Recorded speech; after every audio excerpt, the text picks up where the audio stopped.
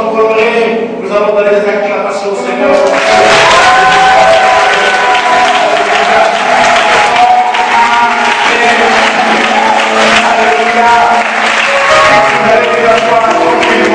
Paisiblement, et notre Dieu certainement nous dira quelque chose d'extraordinaire. Dis Amen.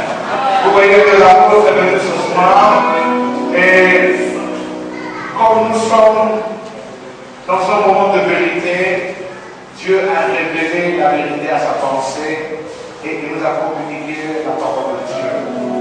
Il a dit tout à l'heure qu'il n'était pas informé du thème qu'il attendait, et quand il est rentré, il a été vraiment béni par ce qu'il a lu, et c'est écrit: maintenant mon fils, écoute ma voix.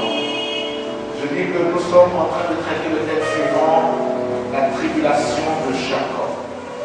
Alléluia. Et le premier jour, on a échangé sur la personne de Jacob qui a gardé le troupeau durant 14 ans pour une femme. Alléluia. Et le samedi dernier, le Seigneur nous a fait comprendre qu'il était important pour nous de savoir qui était véritablement Jacob. Parce que si nous ne savons pas qui est Jacob, il nous serait difficile d'expérimenter la bénédiction de Jacob. Alléluia. Parce que nous sommes à une année d'accomplissement. Donc il est important que chacun de nous ici sache véritablement son identité spirituelle. Parce que vous savez, quand on n'a pas la révélation de son identité spirituelle, c'est alors qu'on passe à côté de la vérité. Dit Amen. Dieu a une parole pour toi, il a déclaré une parole sur ta vie, et cette parole elle est certaine. Elle doit pleinement s'accomplir. Elle dépendra de toi. Dis Amen. Et aujourd'hui, nous parlerons de toi, de Genèse 27, dans son verset 8, qui dit: maintenant, mon fils, écoute ma voix. Maintenant, mon fils, écoute ma voix. Qui demande à son fils d'écouter sa voix? Vous voyez que l'apôtre est venu ce soir, il nous a emmenés dans le livre de Luc dans son chapitre 15. Et il nous a aidé à comprendre l'histoire de l'enfant prodigue. Mais je dirais que ce soir, chacun de nous est éclairé. Pourquoi? Parce que quand ton frère ou ta sœur reviendra vers toi, éprouve la joie de la revoir. Alléluia. Ne sois pas rempli de tristesse que les gens elle t'a laissé. Elle ne t'a pas laissé. Elle allait faire son expérience. Et après avoir fait son expérience, elle vient de réaliser que la maison de son père était mieux. Amen. Mais quand nous faisons la lecture, à partir du verset 11, la Bible dit, il dit encore: un homme avait deux fils, le plus jeune dit à son père: mon père, donne-moi la part de bien qui doit me revenir. Et le père leur partagea son bien. Peu de jours après, le plus jeune fils, ayant tout ramassé, partit dans un pays éloigné où il dissipa son bien et vivant dans la débauche. Lorsqu'il eut tout dépensé, une grande famine survint dans ce pays et il commença à se trouver dans le besoin. Il alla se mettre au service d'un des habitants du pays qu'il envoyait dans ses champs garder les pourceaux. Il aurait bien voulu se rassasier des plats rouges qui ont mangé les pourceaux, mais personne ne lui en donnait. Étant rentré en lui-même, il se dit: combien de mercenaires chez mon père ont pu faire ma relance, et moi ici je meurs de faim. Je me leverai, j'irai vers mon père, et je lui dirai: mon père, j'ai péché contre le ciel et contre toi. Je ne suis plus digne d'être appelé ton fils. Traite-moi comme l'un de tes mercenaires. Et il se leva, il dit à son père, comme il était encore loin, son père le vit, et il de compassion, et ouvre ce jeté dans son cou, et il le baisa. Alléluia. Est-ce que Dieu est merveilleux? Dit Amen. Vous voyez, c'est souvent bon d'avoir un père extraordinaire. Dit Amen. Parce que le père il est véritablement compatissant. Vous voyez que le père, pour enlever la honte du fils, il allait vers lui. Vous lui dites: petit Pierre, pour pas réguler par mon regard, mais viens embrasse-moi. Alléluia. Mais ce que je veux que tu retiennes ce soir, c'est vrai, l'apôtre nous a fait énormément de bien. Il a fait comprendre qu'on est fort par l'amour. Dis Amen. Tu voisin qu'on est très très fort par l'amour. On n'est pas fort par la haine. Parce que la haine n'est pas de Dieu, l'amour est de Dieu. Dis Amen. Et je crois que ce soir, l'apôtre t'a communiqué l'amour. Pour te dire quoi? Que peu importe ce que te fera l'autre, mais tant que Dieu permet de venir vers toi, donne à cette personne et se laisse une bonne dose d'amour. Mais quand je fais lecture, il y a quelque chose qui m'est revenu pendant que l'apôtre parlait.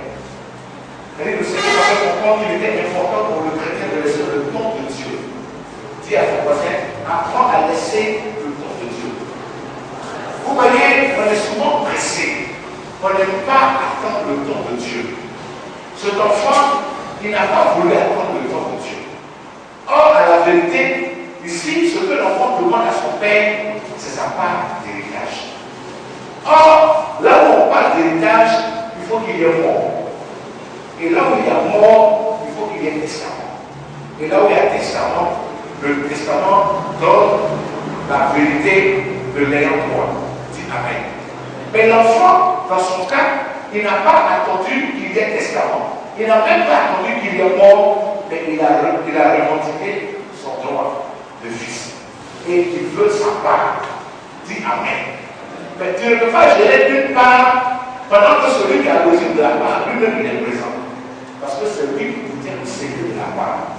Lui seul sait comment il a eu cette part. Donc pour qu'elle puisse croire, il détient le secret. Mais quand tu veux prendre la part, parce qu'elle est là sous tes yeux, et que tu veux en profiter, tant que celui qui détient le secret est là, il te serait difficile de pouvoir jouir de cette part. C'est pour cela qu'il est important pour le chrétien de savoir attendre le temps de Dieu. Vous savez, le jeune homme ici, il n'a pas voulu attendre le temps de Dieu. Mais à la vérité, dans le temps de Dieu, il y avait une mort. Et une mort doit être. Et cette mort, c'est son père. Si son père n'est pas mort, il demande sa part de bien de son vivant. Dis-moi, de quoi il va profiter? Il ne peut jamais profiter. Pourquoi? Parce qu'il a eu une pensée qui n'est pas bonne pour son père. Ton père vit, tu demandes ta part de bien. C'est pas normal. Pendant que ton père vit, ce qui est normal, c'est que tu dois chercher ta part. Tu dois chercher tes biens pour toi. Maintenant, quand le père n'est plus, c'est que le père a laissé sa vie en plus. Mais si le père est son vivant, tu es assis, et puis tu louches sur les biens parce que tu es intéressé, tu es le sorcier de la famille. Pourquoi? Parce que tu participes tu participes à la mort de ton père. Dis Amen. Dis encore Amen. Mais ce que vous devez savoir, c'est que Dieu est juste. Dieu est tellement juste qu'il fait toujours part, il donne toujours la part juste. Vous voyez que l'enfant a récupéré ses biens, il est parti. À quoi ça servait? Comme il n'a pas souffert pour avoir, il allait se faire plaisir. C'est pour ça que souvent certaines personnes échouent. Quelque chose que tu n'as pas souffert pour avoir, on te donne, tu ne connais pas la valeur. Tu t'amuses. C'est comme une personne te coucher, puis chaque jour on lui donne 200 000. Dis-moi, c'est quelle économie il va faire? Il sait que demain on va lui donner 200 000 encore. Donc ce soir, il doit tout manger. Et puis demain, on lui donne encore. Mais tant que celui qui lui donne le vivant, lui ne sera pas riche. Pourquoi? Parce qu'il compte sur celui qui est là. Or, si tu apprends déjà à compter sur ta personne et que tu as souffert pour avoir 100 francs, tu prends le temps d'économiser 50 francs. Dis Amen. Dis à ton voisin, il faut apprendre à attendre le temps de Dieu. Il faut encore lui dire, apprends à attendre le temps de Dieu. Parce que si vous ne savez pas attendre le temps de Dieu, ce que vous espérez ne va pas vous profiter. Dis Amen. Tu attends un bien, mais comme tu es pressé d'être riche, le bien va devenir un souhait dans ta vie. Il y a souvent des biens que Dieu nous donne, mais qui, à la vérité, sont des pièges que nous donnons pour voir quelle sera notre attitude face au bien. Mais très souvent, ce type de bien, quand il vient, il y a un levier en nous, il y a un orgueil qui nous habite. On commence à avoir des ailes. En tant qu'on n'a pas la maîtrise, alléluia, du bien, que le bien devient un souhait de notre domaine. C'est pour ça que ce jeune homme, quand il a pris sa part de bien, la première pensée qu'il a eue, ce sont les prostituées. Il est devenu impuissant dessus. Donc, chaque nuit, il était dans un endroit précis. Il faisait la fête. Il pensait qu'il était bon. Mais c'était son argent qui était bon. Dis Amen. Mais ce n'est pas ça le thème ce soir. Le thème c'est maintenant mon fils écoute ma voix. Alléluia. Dis à ton voisin, apprends à entendre le nom de Dieu. Si tu es pressé, tu vas faire comme le fils. On va t'appeler enfant prodige. Or toi-même, à la vérité, tu es né pour être, alléluia, un enfant d'excellence. Tu es né pour exceller. Mais comme tu es pressé, ça devient un problème dans ta vie. Il est revenu. Le père a dit, il n'y a pas de problème, le petit vient. Je suis encore là. Où est l'argent? Tu as fini? C'est pas grave. Comme tu ne sais pas comment souffle pour avoir, tu as gaspillé. Mais ce n'est pas un problème. Alléluia. Viens, je vais encore t'aider. Dis Amen. Alléluia. Dis à ton voisin qui a noté, va doucement. Vous le dites ça, vas-y doucement. Dis à ton voisin, allons doucement. C'est Dieu qui bénit. Il faut le dire, c'est Dieu qui bénit. Laisse le temps de Dieu. Amen. Ce soir, nous parlons encore de Jacob. Nous allons prendre notre Bible dans le livre de Genèse 27. Et comme mes collègues nous aider, à partir du verset, nous allons lire à partir du premier verset. Genèse chapitre 27, à partir du verset 1. La Bible nous dit, Isaac devenait vieux. Alléluia.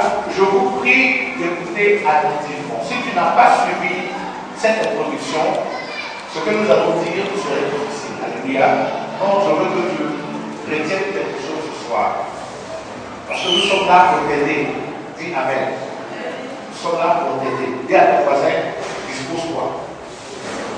Écoute bien la lecture. Amen. La Bible dit Isaac devenait vieux. Qui est Isaac? Celui qui se souvient, c'est de quoi on a parlé. Qui est Isaac? Isaac, c'est qui? C'est le fils d'Abraham. Amen. Isaac, c'est le fils d'Abraham. Qui est Abraham?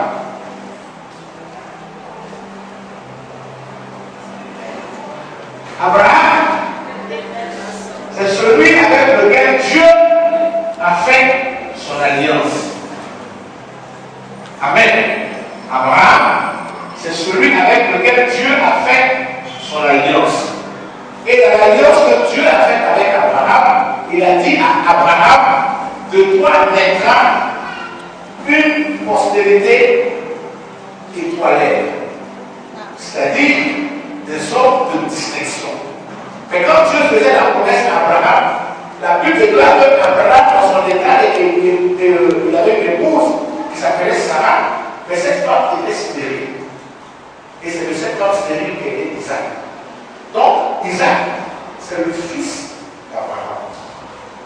Et si Isaac est le fils d'Abraham, ça veut dire que Isaac, c'est le fils de la promesse. Dis Amen.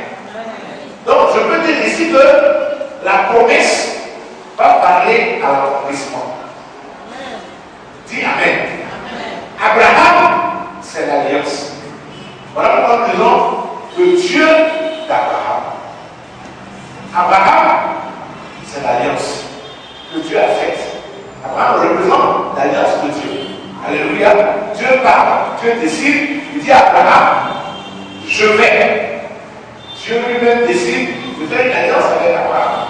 Mais dans l'alliance que Dieu fait à Abraham, il lui fait une promesse. Et la promesse s'accomplit. L'accomplissement de la promesse est représenté par qui? Par la personne d'Isaac.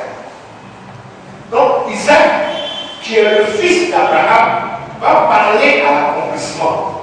Alléluia. La Bible dit la promesse a vieilli. La promesse a vieilli. Donc on nous dit ici, Isaac devenant vieux. Isaac devenait vieux. Isaac est devenu vieux. La promesse a vieilli. Alléluia. Mais Dieu avait dit à Abraham, de toi naîtra une postérité élevée. Alléluia. Une postérité élevée. Donc la promesse vieillit. Elle est en train de vieillir. Ce que Dieu a dit doit se perpétuer. Ce que Dieu a dit ne doit pas s'arrêter. Donc, la promesse atteint son objectif. Mais Dieu va dérouler le tapis de la continuité. Pourquoi? Parce que quand Dieu dit une chose, elle doit se réaliser. Dis à ton voisin, si Dieu t'a parlé, ça doit se réaliser. Alléluia. Donc le temps de la réalisation est arrivé. Et dans le temps de la réalisation, il y a deux conditions. La condition, c'est la vieillesse. Isaac doit vieillir. Isaac doit mourir. Isaac doit déclarer une parole. Donc le temps est arrivé pour que la parole, la promesse puisse accomplir ce que Dieu a dit. Dis Amen.